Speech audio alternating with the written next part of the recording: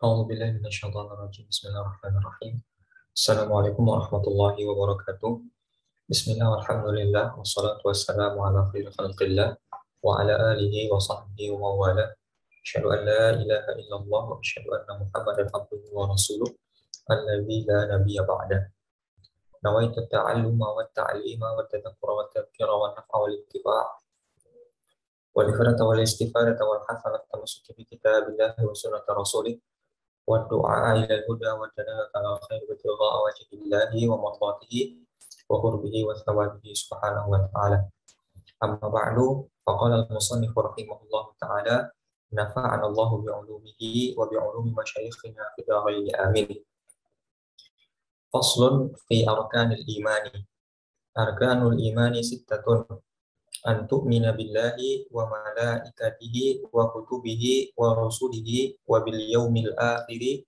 وبالقدر خيره وشره من الله تعالى. Baiklah, insya Allah pada pertemuan kali ini kita akan coba lanjutkan kembali pembahasan-pembahasan sebelumnya berkaitan dengan kitab Safinatun Najah yang ditulis oleh Syekh Al-Hadrami, dan juga kita akan tambahkan keterangan yang disampaikan oleh Syekh Muhammad Nawawi Al-Bantani dalam kitab Kasyifatus Sajjad.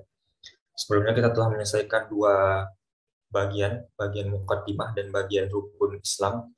Selanjutnya pada bagian kali ini kita akan membahas mengenai rukun iman. Pasal ini menerangkan tentang arkanil iman, rukun-rukun iman. Jadi setelah sempurna kita memahami apa saja itu rukun iman, rukun Islam pada pertemuan-pertemuan sebelumnya, sekarang kita akan membahas bagaimana sih yang rukun iman seperti itu. Nah, mungkin secara sederhana semua orang sudah tahu dan pasti akan tahu ya rukun iman itu yang 6. Tapi bagaimana hakikat dari rukun iman yang 6 ini? Ketika kita katakan rukun iman yang pertama itu percaya kepada Allah, bagaimana yang percaya kepada Allah itu? Apakah hanya sekedar ucapan saya yakin Allah itu ada, saya percaya Allah itu ada, tapi apakah benar-benar sampai hanya di mulut saja seperti itu sudah dikatakan sebagai orang yang beriman? Atau bagaimana standarnya? Begitupun dengan percaya kepada malaikat, percaya kepada kitab, percaya kepada Rasul, percaya kepada hari akhir, ya percaya kepada takdir nanti, qada wal qadar, seperti itu. Nah, sederhananya seperti ini. Kalau kita percaya kepada Allah, artinya Allah kan maha melihat, Allah maha mendengar, Allah maha mengetahui apa yang kita lakukan, seperti itu. Artinya kan Allah selalu mengawasi kita. Kalau kita yakin Allah itu ada, berarti kita yakin bahwasanya Allah itu adalah zat yang mengawasi. Nah, mungkinkah kita sebagai orang yang merasa diawasi? Ya, kalau kita merasa Allah itu ada, berarti kan kita merasa Allah itu kita diawasi oleh Allah. Mungkin kita terjerumus kepada berbuat perbuatan maksiat. Seharusnya secara logika tidak. Kenapa? Karena kita dia merasa diawasi. Ya. Nah, tapi ya itulah manusia itu bisa saja. Ya. Entah itu terlupa, entah itu lalai, entah itu diganggu oleh yang lain. Ya. Maka di Indonesia itu kan ada Badan Pengawas Keuangan, ada Komisi Pemberantasan Korupsi. Ya, itu kan badan-badan itu, lembaga-lembaga itu berfungsi untuk mengawasi orang-orang yang seandainya punya duit banyak, jangan sampai duit itu teralihkan ke yang lain. Tapi masih tetap saja banyak yang korupsi. Gitu. Ya. Nah, artinya manusia itu sebenarnya meskipun dijaga masih ada peluangnya untuk keluar jalur, entah itu karena lalai, entah itu karena lupa, entah itu karena godaan yang lain sebagainya seperti itu. Nah, itu menunjukkan semakin dangkalnya keimanan kita, semakin kuatnya keimanan maka akan semakin terasa nanti bagaimana yang harus diimani itu seperti itu. Ya, jadi arkanul imani sitatun, rukun iman itu ya apa saja yang harus dipercaya oleh seorang yang mengaku beriman itu ada 6. Ya, rukun itu sendiri apa? Kemarin kita sempat bahas di rukun Islam ya. Rukun itu adalah asas ya, fondasi. Al-arkan ya. Al-arkan jamak dari ruknun. Arkan jamak dari ruknun, mufradnya ruknun. Nah, rukun itu artinya kan asas ya. Ya, asas atau fondasi. Ibaratkan kita membangun sebuah rumah, pasti harus ada fondasinya. Kita mengaku punya rumah tapi nggak ada fondasi, apakah kita diakui oleh orang lain itu kita punya rumah? Saya punya rumah, loh mana rumahnya? Kok rumahnya nggak ada fondasi? Kira-kira bayangkan bagaimana rumah tanpa fondasi? Cuma ada lantai sama atap. Itu mah bukan rumah, apa itu namanya? Cuma tumpukan-tumpukan material bangunan. Orang nggak mengaku itu. Sama, ketika kita mengaku kita beriman kepada Allah. ya, secara lafaz, tapi kita nggak menjalankan iman itu, nggak meyakini dalam diri kita iman itu seperti apa, iman kepada Allah itu yang benar itu seperti apa. Ya berarti secara otomatis kita hanya ngaku-ngaku beriman gitu, sama dengan orang yang ngaku-ngaku punya rumah tapi rumahnya nggak ada. Kita ngaku beriman tapi imannya nggak ada, seperti itu. Nah, rukun iman seperti itu, ya. Berarti rukun itu adalah seperti itu, fondasi. Nah, iman itu apa? Secara bahasa iman itu artinya tasdik, membenarkan, mutlakan, ya. Artinya segala macam yang membenarkan itu semuanya iman. Misalkan si A orangnya jujur, dapat dipercaya, ya. Lalu si A bilang kepada si B, B, tadi saya melihat kejadian ini di sana. Si B percaya kepada si A karena dia orangnya jujur. Nah, kepercayaan dan si perbuatan si B membenarkan apa yang dikatakan oleh si A itu disebut dengan iman gitu. Jadi saya iman kepada kamu B A A gitu kata si B kan secara bahasa gitu. Jadi setiap yang membenarkan, kalau kita membenarkan teman kita, membenarkan keluarga kita, ya begitupun ketika kita membenarkan atau meyakini mempercayai Allah Subhanahu wa taala, itu semua disebut dengan iman secara bahasa, karena iman itu kan tasdik mutlak secara bahasa. Makanya orang yang dapat dipercaya kan istilahnya apa? Amanah gitu. Amanah itu kan terambil dari hamzah, mim dan nun juga. Iman itu hamzah, mim dan nun juga gitu kan. Ya. Kenapa? Apakah ketika orang itu amanah berarti dia Tuhan? Apakah itu berarti dia malaikat? Apakah berarti dia rasul? Kan enggak juga. Nah, karena yang dimaksud dengan iman di sini adalah iman secara bahasa. Amanah itu adalah iman secara bahasa. Kita percaya kepada seorang, artinya orang itu dipercaya secara bahasa, ya, arti iman secara bahasa. Nah, tapi kalau secara istilah syariat, ketika syariat Islam berbicara mengenai iman, ya, iman dalam dalam dalam apa namanya dalam versi syariat, gitu, maka tidak seumum itu hanya khusus kepada kepercayaan tertentu. Kepercayaan kepada siapa? Ya, kepercayaan kepada apa yang datang dari Rasulullah Shallallahu Alaihi Wasallam, seperti itu. Artinya kita meyakini atau mengimani syariat-syariat Islam itu sendiri. Gitu. Nah, misalkan semua orang Islam tahu bahwasanya ada yang namanya sholat. Orang Islam manapun yang paling awam sekalipun, yang paling bodoh sekalipun tahu kalau ada yang namanya syariat sholat. Nah, dari mana syariat sholat ini? Datang dari Rasulullah SAW yang memerintahkan. Nah, ketika Rasulullah SAW yang memerintahkan atau yang memberitakan mengenai perintah sholat ini dari Allah Subhanahu Wa Taala, tugas kita sebagai orang beriman apa? Ya kita percaya kepada Rasul, seperti itu maksudnya percaya. Berarti kita mempercayai apa yang datang dari Rasul gitu. Jadi semua yang datang dari Rasul itu pasti datangnya dari Allah. Artinya bukan bukan kehendak Rasul sendiri. Rasul pengen umatnya seperti ini, Rasul pengen umatnya seperti itu, enggak. Tapi memang itu sudah mandat langsung dari Allah Subhanahu Wa Taala.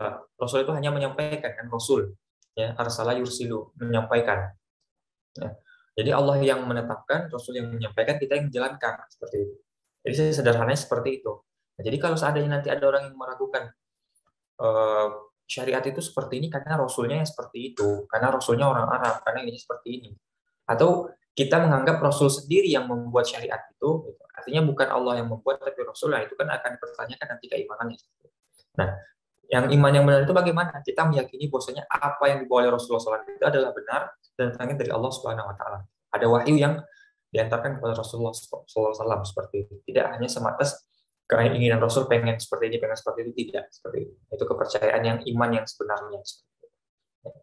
Nah, rukun iman itu apa? Nah, bentuknya apa saja yang harus diimani? Itu ada 6. Yang pertama, antuk mina bila, ya, percaya kepada Allah seperti itu. Nah, percaya kepada Allah ini hakikatnya seperti apa sih? Ya, hakikat percaya kepada Allah itu seperti apa? Nah, percaya kepada Allah itu hakikatnya adalah mempercayai atau meyakini bahwasanya Allah memiliki sifat 20. Sederhananya seperti itu. Ya. Jadi kalau di sini kita sebenarnya kan ini kitab fikih, tapi sedikit menyinggung perkara tauhid, hanya mengenai rukun iman dan kalimat tauhid nanti setelah ini. Ya, tapi sederhananya atau lebih lengkapnya itu sebenarnya bisa kita cek di dalam kitab tauhid sendiri. Jadi iman kepada Allah itu adalah ketika kita mempercayai rukun yang 20. Artinya apa? Kalau kita percaya kepada Allah, berarti kan kita meyakini Allah itu ada. Allah itu kekal. Allah itu terdahulu. Wujud, kidam, baqa, mukhalafatul hawadis, qiyamuhu binafsi, wahdaniyah, qudrah, iradah, ilmu, hayat, sama, basar, kalam, ya sampai mutakalim. Mutakaliman. Semuanya ada pada Allah Subhanahu wa taala. Nah, kita meyakini hal itu terimplementasilah hal tersebut dalam perbuatan kita. Nah, itu nanti akan disebut dengan Islam seperti itu. Ya. Jadi kalau pokok utamanya adalah kita beriman dulu, artinya kita yakini Allah itu ada. Nah, Allah itu ada, lalu Allah bagaimana? Allah itu, keberadaan Allah itu akan selalu ada. Allah itu mendahului segala sesuatu. Allah pun yang akan mengakhiri segala sesuatu, tapi Allah tidak punya awal, tidak punya akhir. Gitu. Allah itu esa sendiri, tidak butuh bantuan yang lain. Allah itu berkuasa atas segala sesuatu, berkehendak atas apa yang Dia inginkan. Yang Allah melihat segala sesuatu, mendengar segala sesuatu, Allah itu hidup, Allah itu mengetahui segala sesuatu. Nah, kalau sedahsyat Allah seperti itu, Allah itu sedahsyat itu, nanti kan implementasinya berarti saya harus taat atau tunduk kepada Allah SWT, karena Allah itu merupakan Tuhan. Ya, kalau Allah merupakan Tuhan, Allah melihat yang saya lakukan, berarti saya harus berbuat baik karena Allah akan mengawasi saya seperti itu. Nah, itu yang iman itu sebenarnya hakikatnya seperti itu. Nah, kalau kita beriman, ngakunya beriman tapi masih menyeleweng seolah-olah Allah tidak melihat kita, ya itu akan dipertanyakan iman kita seperti itu. Ya sama halnya ketika misalkan kita diawasi oleh seseorang, gitu. Ya, kita diawasi seseorang, misalkan ada seorang mata-mata yang mengawasi kita, coba cek dia itu kira-kira dia pergi kerja nggak setiap hari. Nah, kita sadar kita diawasi. Kira-kira ketika kita sadar kita diawasi untuk kita pergi kerja atau enggak, apa yang kita lakukan? Pasti kita pergi kerja terus setiap hari kan? Kenapa? Karena kita kalau saya tidak kerja nanti akan ada mata-mata di belakang yang akan melaporkan saya kepada atasan saya seperti itu kan? Nah, kepada manusia saja kan kita takut. Harusnya kepada Allah kita lebih takut. Karena Allah lebih mengetahui segala sesuatu. Allah melihat segala sesuatu. Allah mendengar segala sesuatu. Ada para malaikat yang mengawasi seperti itu. Nah, sekarang kita percaya kepada Allah. Allah itu maha melihat. Allah melihat segala perbuatan kita. Lah, kenapa kita masih berbuat maksiat? Nah, itu yang merupakan tingkat keimanan itu. Jadi iman itu sebenarnya ada tingkatan juga. Ya. Kalau dalam kitab Kasyifatus saja, Syekh Nawawi Al-Bantani itu menyebutkan ada 5 tingkatan keimanan. 5 tingkatan keimanan. Yang pertama itu imanu taklid namanya. Ya, imanu taklid. Apa itu? Kita meyakini sesuatu, ya, meyakini rukun iman inilah, atau beriman, tingkatan iman kita itu hanya sebatas dari pengetahuan kita dari orang lain. Orang lain ngomong A, ya kita ngomong A juga. Nah, ibaratnya seperti anak kecil kan. Coba tanyakan kepada anak kecil, kamu yakin nggak ada Tuhan? Ada Allah. Mereka jawab, ada Allah. Nah, dari mana kamu tahu? Atau apa buktinya Allah itu ada? Ya orang tua saya ngomong seperti itu, ya guru saya ngomong seperti itu. Nah, itu imanu taklid, iman yang paling bawah tingkatannya. Ya, jadi dia meyakini Allah itu ada karena orang yang memberitahukan kepada dia, gitu. Seperti itu. Nah, mungkin kita secara tidak sadar kita masih di sini, gitu kan. Misalkan coba tanyakan kepada diri kita. Ketika kita ditanya, ya apa buktinya Allah itu ada? Nah, mungkin kita akan linglung, apa ya buktinya seolah kita nggak ada, gitu kan. Ya. Nah, kalau misalkan kita apa ya misalkan, coba antum punya saudara nggak, adik atau kakak? Punya misalkan, apa buktinya ada? Nah, ini orangnya, ini sifatnya. Dari mana bukti itu adik kakak? Ini ada buktinya kakak. Nah, kita bisa memberikan apa namanya dalil, memberikan bukti sedemikian rupa kan kalau membuktikan dia itu kakak kita atau adik kita kan. Nah, sekarang pertanyaannya, Allah itu ada apa tidak? Ada, apa buktinya? Nah, bisakah kita memberikan macam itu, argumentasi semacam itu? Nah, kalau belum ya berarti kita masih di imanu taklid. Artinya karena kita hanya sebatas mengetahui Allah itu ada karena Allah bilang, karena Tuhan apa namanya, orang lain bilang kepada kita Allah itu ada. Nah, itu iman yang paling bawah. Di atas imanu taklid ada namanya imanu ilmin. Ya. Imanu taklid paling bawah, ya beriman karena orang lain yang memberitahu. Yang di atasnya imanu ilmin, beriman karena ilmu pengetahuan. Artinya kita sendiri yang mengetahui bahwasanya Allah itu ada dengan cara seperti ini. Jadi kenapa Allah itu ada? Oh, dalilnya ini. Kenapa Allah seperti itu? Ini. Kita bisa ungkapkan secara panjang lebar, membuktikan Allah itu ada. Ya, membuktikan pernyataan-pernyataan orang lain yang mengatakan Allah itu tidak ada. Bisa kita tentang semua. Nah, itu bukan hanya sekedar dari pengetahuan yang dia dapatkan dari orang lain, tapi dia memang bisa untuk apa namanya, memberikan argumentasi seperti itu. Nah, itu sudah di atas tingkatannya imanu taklid, namanya imanu ilmin seperti itu. Nah, di atasnya lagi ada namanya imanu ayanin atau imanu ayanin. Ya. Apa itu? Bukan hanya sekedar dia secara lisan mengakui bahwasanya Allah itu ada, bukan hanya secara hati mengakui bahwasanya Allah itu ada. ya. Bukan hanya mengetahui bukti keberadaan Allah itu bagaimana, atau mengilmui bagaimana keberadaan Allah seperti itu, ya. Tapi dia juga sudah naik levelnya ketika merasa diawasi oleh Allah seperti itu, ya. Jadi mengetahui atau punya bukti bahwasanya Allah itu ada, belum tentu kita merasa diawasi, kan, ya.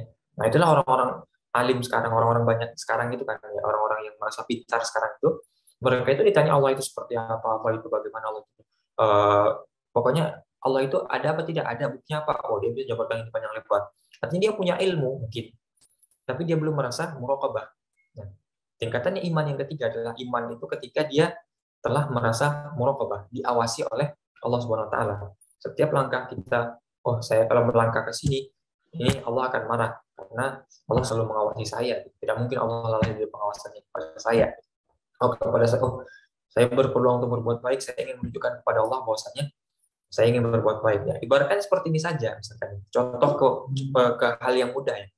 Ketika kita kerja di suatu tempat, kita punya atasan yang kita tahu dia pasti akan mengawasi kita. Namanya atasan pasti mengawasi bawahan, kan, seperti itu. Kira-kira kalau ada atasan yang sedang melihat kita, apa yang kita lakukan? Pasti kita akan semangat untuk kerja keras, kan, kelihatan apa namanya, kerja yang super, wah saya harus kelihatan kerja ini supaya dapat pujian, dapat bonus, dapat segala macam, ya, kan? Nah, sama ketika kita merasa diawasi oleh Allah, seharusnya bagaimana? Ya, kita harus berbuat seperti itu. Allah sedang melihatnya. Jadi kita sedang kaji ini, Allah sedang melihat kita. Harusnya kita menunjukkan kepada Allah bagaimana nilai terbaik dari seorang muslim itu kepada Allah dalam hal ini, seperti dalam setiap langkah kita. Nah, bedanya kan kalau misalnya kita tahu bahwasanya bos kita nggak mengawasi kita, ya kita kan lalai. Biasanya kan seperti itu. Ya, karena manusia nggak mungkin mengawasi kita 24 jam. Nah, sekarang kita mengetahui bahwasanya Allah itu mengawasi kita 24 jam. Maka seharusnya 24 jam itu kita harus gunakan untuk hal-hal yang baik. Kita yakin bahwasanya tidur kita pun Allah awasi, gitu. Jadi jangan sampai hal-hal buruk kita lakukan sedetik pun di dunia ini. Kenapa? Karena kita meyakini bahwasanya Allah itu selalu mengawasi kita. Dan ini perlu latihan. Ya, perlu latihan. Ya. Kita harus memperbanyak zikir kita, memperbanyak amalan soleh kita, harus melakukan A, B, C, dan lain sebagainya. Tidak hanya sekedar merasa saja. Ya, jadi merasa itu juga ada tahapannya. Jadi kebanyakan dari kita, ya, di antara iman taklid dan iman ilmu ini, ya, iman taklid atau iman ilmu. Ya, kalau kita sedikit lebih tahu dalilnya, sudah belajar kitab tauhid, sudah belajar aqidatul awam, sudah belajar kifayatul awam, sudah belajar apa namanya jauharul tauhid atau faridah bahiyah, ya, mungkin iman ilmi. Gitu. Kita beriman kepada Allah, beriman kepada yang enam ini, ya karena kita tahu ilmunya. Ya, tapi kalau kita belum belajar situ, ya berarti iman taklid, mungkin sebatas iman taklid. Kita meyakini yang enam ini karena orang mengatakan seperti itu. Nah, sekarang misalkan kita ditanya, yang belum ada yang, kenapa kita bilang yang enam ini mengimani, coba yang enam ini, kita nggak bisa menunjukkan bukti fisik bosnya itu ada. Gitu. Kita hanya bisa mengatakan ini bukti, ya seperti yang tidak seharusnya, kan. Misalkan seperti ini, hari kiamat. Nah, kita harus percaya hati-hati pada hari kiamat. Apa buktinya nanti benar-benar ada hari kiamat? Kita belum menjalani hari kiamat, kan. Nah, tapi kita yakin nggak ada hari kiamat? Apa bukti keyakinan kita terhadap hari kiamat itu? Ya kalau misalnya ya kata orang ada hari kiamat, ya kan, berarti kita juga ngomong hari kiamat ada. Nah, itu berarti iman taklid. Tapi kalau kita bisa membuktikan hari kiamat itu ada, berarti iman ilmin. Ya, tapi kalau sudah merasa lebih di atas lagi, iman itu seperti apa? Sudah level muraqabah, namanya iman ayan atau iman ayan. Ya, sudah merasa muraqabah, diawasi selalu perbuatan kita oleh Allah. Sebagaimana kalau seorang karyawan diawasi oleh bosnya. Nah, apa yang akan dilakukan karyawan? Begitu juga dengan apa yang kita lakukan ketika diawasi oleh Allah Subhanahu wa taala. Setiap langkah pasti kita khawatir kalau seandainya akan memperlihatkan perbuatan buruk kepada Allah. Nah, apa kita sudah sampai level sana? Ya mungkin belum, karena masih perlu latihan. Jadi sebenarnya kalau misalnya digali lagi, masih banyak lagi yang masih perlu kita latih untuk memperbaiki diri kita. Ya, orang akan ngomong, lah ngapain kita panjang lebar mau membahas rukun Islam, rukun iman lagi? Toh rukun Islam itu di rukun iman itu 6. Tapi apakah sudah terimplementasi di rukun Islam, rukun iman? Jadi diulang itu bukan berarti mengulang-ulang hal yang sudah pasti, sudah kita ketahui semua, tapi kadang kita lupa maksudnya iman kepada Allah itu seperti apa. Ya, ini sifat 20, lalu sudah terimplementasi belum? Kalau sudah, ya bagus, naik level. Kalau belum, ya belum. Ya, itu yang ketiga tadi, imanu ayanin. Yang keempat ada namanya imanu haqqin. Ya, imanu haqqin. Apa itu imanu haqqin nih? Kalau imanu ayanin tadi tingkatannya muraqabah, Kalau iman hakiki tingkatannya musyahadah namanya. Sudah seolah-olah kita bisa melihat Allah seperti itu. Nah, Anda nggak usah bayangkan apakah berarti ketika iman kita sudah sampai ke level iman hakiki itu kita bisa melihat Allah secara fisik. Anda nggak usah sampai bayangkan level seperti itu. Kenapa? Anda masih jauh sekali. Kita ini masih jauh sekali untuk sampai ke level itu. Ya, artinya nggak usah dibayangkan bagaimana musyahadah. Nanti akan sampai seperti itu. Jadi sederhananya bagaimana? Seolah-olah dia itu menyaksikan sendiri, ya, kasyafnya, terbuka tabirnya, seolah-olah dia melihat Allah, ya, seperti itu. Ya, artinya kalau kita melihat, ya, kan beda tuh. Ketika kita bekerja karena diawasi, nah diawasi kan berarti kita pura-pura nggak tahu kalau misalnya bos kita ngawasi kan. Karena kan diawasi seperti itu. Ada yang memata-matai, bos memata-matai. Kita kerja ya seolah-olah aja diawasi, tapi kita belum pura-pura nggak tahu seperti itu. Nah, tapi kalau apa namanya? Kalau namanya musyahadah, ya kita memang saling mengetahui antara yang mengawasi dan diawasi bahwasanya kita saling ada yang mengawasi kita. Seperti misalnya kita contoh melamar kerja. Kita melamar kerja di A untuk jadi guru. Kita disuruh micro teaching, suruh ngajar. Ada yang melihat kita nggak? Nah, kita pasti akan menunjukkan yang terbaik dari cara mengajar kita. Karena kita ada yang musyahadah gitu kan. Ada yang melihat kita gitu, seperti itu. Nah, sama seperti itu tingkat. Jadi musyahadah itu di atas muraqabah. Kalau muraqabah kita hanya merasa diawasi, tapi belum sampai ke tahap kita bisa menyaksikan langsung. Nah, tapi kalau musyahadah kita bisa menyaksikan langsung. Nah, bagaimana? Apakah melihat secara fisik? Kita nggak usah pikir semacam itu. Ya, perbaiki saja diri, latih saja diri, nanti akan sampai ke makom itu. Akan ada yang membimbing kita ke makom itu. Jadi ini nggak hanya sekedar latihan mandiri atau segala macam, nanti akan ada yang membimbing seperti ini. Nah, yang paling atas tadi namanya adalah imanu haqiqah. Ya, yang paling bawah imanu taklid, di atasnya ada imanu ilmin, ada imanu ayanin atau imanu ayanin, ada imanu haqqi, di atasnya ada imanu haqiqah. Ini yang paling tinggi. Apa itu imanu haqiqah? Ya, seperti orang yang dimabuk cinta. Ya, orang kalau sudah jatuh cinta yang sangat parah itu bagaimana dia? Nah, tapi implementasinya bukan kepada makhluk, tapi kepada Allah Subhanahu wa taala. Orang kalau sudah cinta, benar-benar cinta kepada Allah, pasti akan melakukan semuanya demi Allah. Ya. Apapun yang akan dilakukan demi Allah. Asal yang Allah senang, kita akan lakukan. Ya. Jadi di dalam pikirannya, dalam hatinya cuma ada Allah Subhanahu wa taala, tidak ada yang lain. Ya, seolah-olah seperti orang yang dimabuk cinta, tapi kepada Allah Subhanahu wa taala. Ya. Kalau kita belum melewati level muraqabah, kalau kita belum melewati level musyahadah, ya jangan ngaku-ngaku sebagai orang yang cinta sama Allah. Ya, masih banyak tahapannya. Kita mungkin secara lisan bisa mengakui cinta, tapi belum tentu kan kita benar-benar cinta. Ya, itu tingkatan iman. Jadi iman kita gimana? Mungkin iman kita masih di antara iman akal, iman ilmu. Iman ilmu kita apakah berani ngaku sudah tahu dalil-dalilnya semuanya, tahu bagaimana membuktikannya? Enggak juga. Kita ilmu kita masih dangkal juga. Ya berarti kita antara taklid dan apa namanya dan ilmu ini, ya, antara taklid dan ilmu. Ya. Mungkin ada yang sebagian yang iya, mungkin ya mungkin saja. Ada sebagian yang sudah hak atau hakikah ya mungkin saja. Tapi sangat sedikit sekali. Nah, jadi banyak yang mesti kita latih, banyak yang mesti kita ketahui tentang iman ini seperti itu. Nah, menariknya ya dalam kitab Sufyanul Najah juga nanti kalau misalnya dibaca itu akan diketahui bahwasanya Syekh Nawal Bandar itu menyebutkan seperti ini dalam kitabnya itu ya. Man taraka arba'a kalimatin kamula imanuhu. Ya. Jadi kalau ada seseorang yang meninggalkan 4 kalimat, 4 kata, maka sempurna imannya. Jadi standar keimanan itu bagaimana kalau dia sudah bisa meninggalkan 4 kata. Ya, apa 4 kata itu? Aina, wa kaifa, wa mata, wa kam. Ya. Man taraka arba'a kalimatin kamula imanuhu. Siapa yang meninggalkan 4 kalimat, artinya nggak usah sibuk-sibuk dengan 4 kalimat ini, 4 kata ini, ya maka imannya akan sempurna. Apa itu? Aina, wa kaifa, wa mata, wa kam. Aina, di mana? Kaifa, bagaimana? Mata, kapan? Kam, berapa? Jadi kita nggak usah repot-repot. Aina Allah, di mana Allah itu? Jadi kita nggak usah bahas Allah itu di mana sih? Allah itu di mana sih? Kita, orang yang imannya sempurna nggak akan bahas yang seperti itu. Yang kedua, kaif Allah. Allah itu bagaimana sih? Itu orang yang imannya sempurna, nggak usah mikirin kaif Allah. Bagaimana Allah? Mata Allah. Kapan Allah itu? Artinya Allah itu di masa yang mana? Allah itu kan nggak punya waktu dan tempat, jadi nggak usah dipikirin. Allah itu di mana, di tempat seperti apa, di waktu seperti apa. Yang terakhir, Allah itu ada berapa? Tuhan itu ada berapa? Itu nggak usah dipikirkan lagi, lebih absurd lagi kan seperti itu. Nah, kalau kita bisa meninggalkan 4 hal ini, maka iman kita sudah sempurna. Makanya beliau katakan, kalau ada yang berkata kepadamu, kata Syekh Nawal Bantani, fa in qala laka qailun aina Allah. Allah itu di mana? Kalau ada yang bertanya kepada kita, Allah itu di mana? Bagaimana cara menjawabnya? Maka jawabannya fajawabu laisa fi makanin wa la yamuru alaihi zaman. Allah itu tidak punya tempat, ya. Allah tidak punya tempat dan tidak dilewati oleh waktu. Ya. Jadi ain Allah laisa fi makanin wa la yamuru alaihi zaman. Kalau ada yang bertanya. Kalau nggak ada yang bertanya, kita nggak usah bahas ain Allah di mana. Nah, itu katanya Syekh Muhammad Nawawi Al-Batikan. Silakan dibaca dalam kitab Kasyifatus saja, ya. Fa in qala laka qailun aina Allah fajawabuhu laisa fi makanin. Allah tidak punya tempat, tidak di manapun.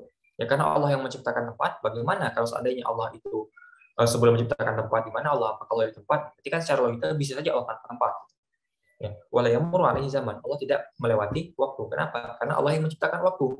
Allah yang menciptakan waktu. Nah, kalau Allah tidak ciptakan waktu, berarti kan Allah tidak berwaktu juga. Nah, seperti itu. Fa'in qala laka qailun kaifallah. Kalau ada yang bertanya, Allah itu bagaimana? Kaifallah.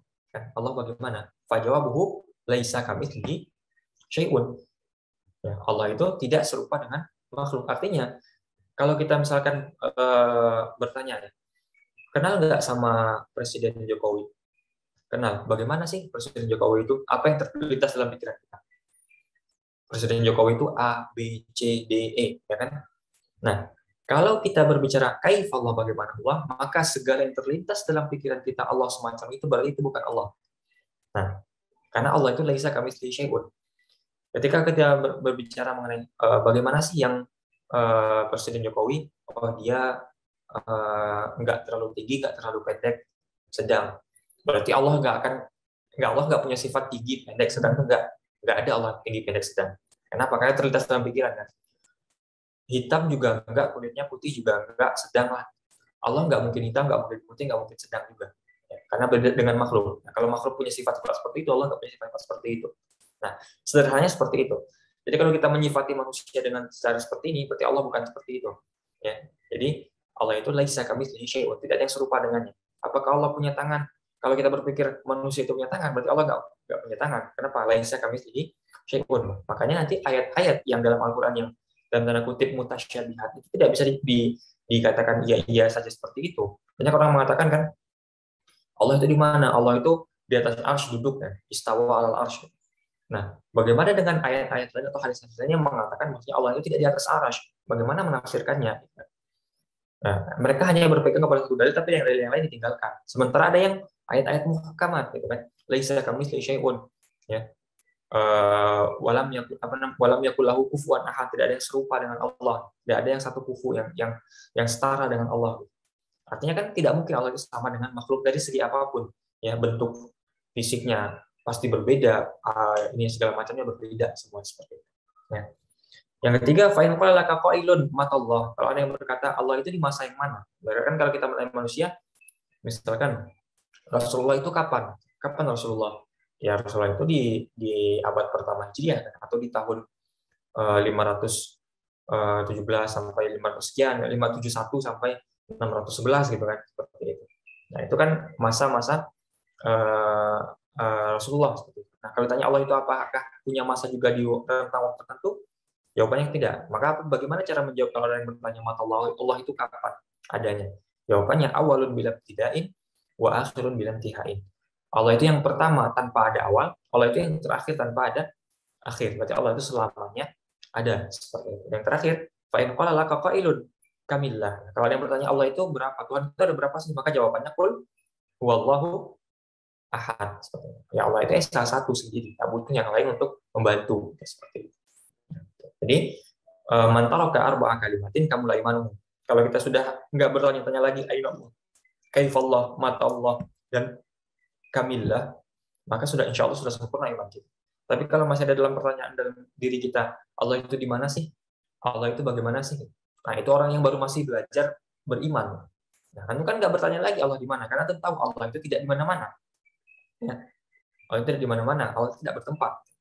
Anda kan nggak bertanya lagi, atau kita tidak bertanya lagi Allah itu bagaimana, karena kita tahu Allah itu laisa kamitslihi syai'un. Kan kita tidak bertanya lagi Allah itu kapan. Kenapa? Karena kita tahu Allah itu awalun bila ibtida'in wa akhirun bila intihain.